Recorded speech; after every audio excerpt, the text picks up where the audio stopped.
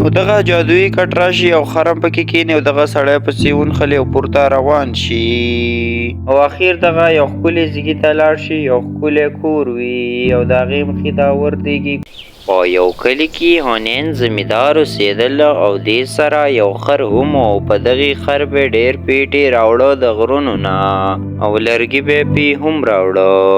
نو یو ورځ دغه زمیندار ځان سره وایي که داسې کار کومه چې دا خر خو مې ډېر ستړی شو ډېر او ما څه د هر ځای نه پیټې راوړې پیټې نن به زه ګیاله واړم. خو نه یو خبره راته رایاده شو چې نن ګیاله ناړم. نن راته فاطمه محمد ویلي وو چې هغه ځنګل نه ځان له ګېډۍ راوړه او هغه بیا په خپله خبره منکرېږي ځم ګېډۍ پسې. نو په دې کې په لاره روان وي هغه ګېډۍ پسې خر یې ځان سره روان کړی وي او دغې ځیګي ته ورسي او دغلته دغه خر وردېږي او دغه پې دغه ګېډۍ د بره کېږدي او را روان کړی وي. نو په دې کې چې کور ته څنګه راولي او دغلته یې لږ کښېنوي دمه اوله ورکړي او د هغې نه بعد ورته وایي لکه داسې کار کومه چې خر خو مې دمه شو دمه نو وسې اړمه چې څه ښکلی دی څه پې وخورمه. او دغه خپل خر یې دغې د خېټه ماما پټي ته اړیلی وي او هغلته سر نه کوي. په دې کې خېټه ماما راشي او دغې ته وایي هلکه تا دا څنګه چل کړلی تا زما دې پټي ته دا خر بې اجازته راوړل دی.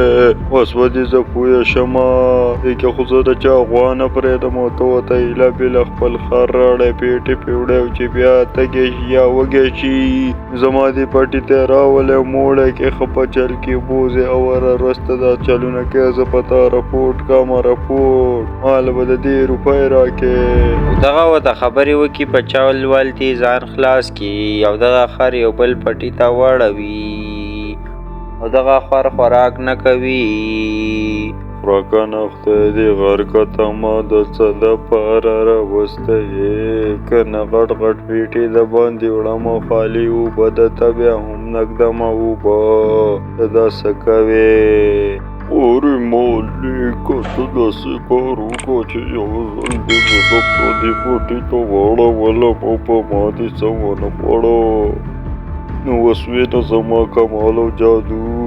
هرې تر اوسه خو ما د خر ګټه نه دلته لیده به ماته له خپله ګټه اوس راوښې.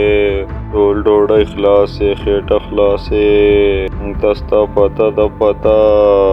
نو دغه جادويي کټ راشي او خرم پکې کښېني او دغه سړی پسې ونښلي او پورته روان شي او اخر دغه یو ښکلي ځیګي ته لاړ شي، یو ښکلی کور وي او د هغې مخې ته وردېږي کوشي او دغه خر ورته وایي ارې مالک صاحب ته چې ویله ته هېڅ نشې کولی ته یو خر زه یو خر یمه خو جادويي خر یمه وایي ښه سړی سپک وګڼه په سترګه کې به دې ولګي ته دا د ما د هغې غریبۍ او د ملنګۍ د ژوند نه راویستی او څومره ښکلي ځیګي ته مې راوستی.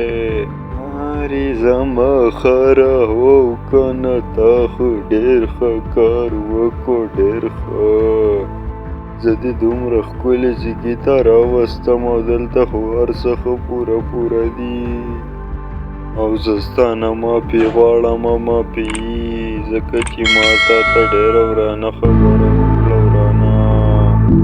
ګلونو ماشومانو دا سټوري د دې ځای کې پورې وه. که سټوري مو خوښه شوي نو زموږ چینل سره لازمي سبسکرایب کړئ ځکه چې موږ په دې ویډیوګانو ډېر محنت کوو او دا راته کمنټس کې ووایئ چې بله ویډیو دله څنګه جوړه کړو تاسو په مرضی او چینل سره لازمي سبسکرایب کړئ ځکه چې دا چینل خاص کر ستاسو لپاره ساز شوی دی نو ستاسو د سپورټ ضرورت دی. د بلې ویډیو راتلو پورې اجازت راکړئ. د لوی الله په امان.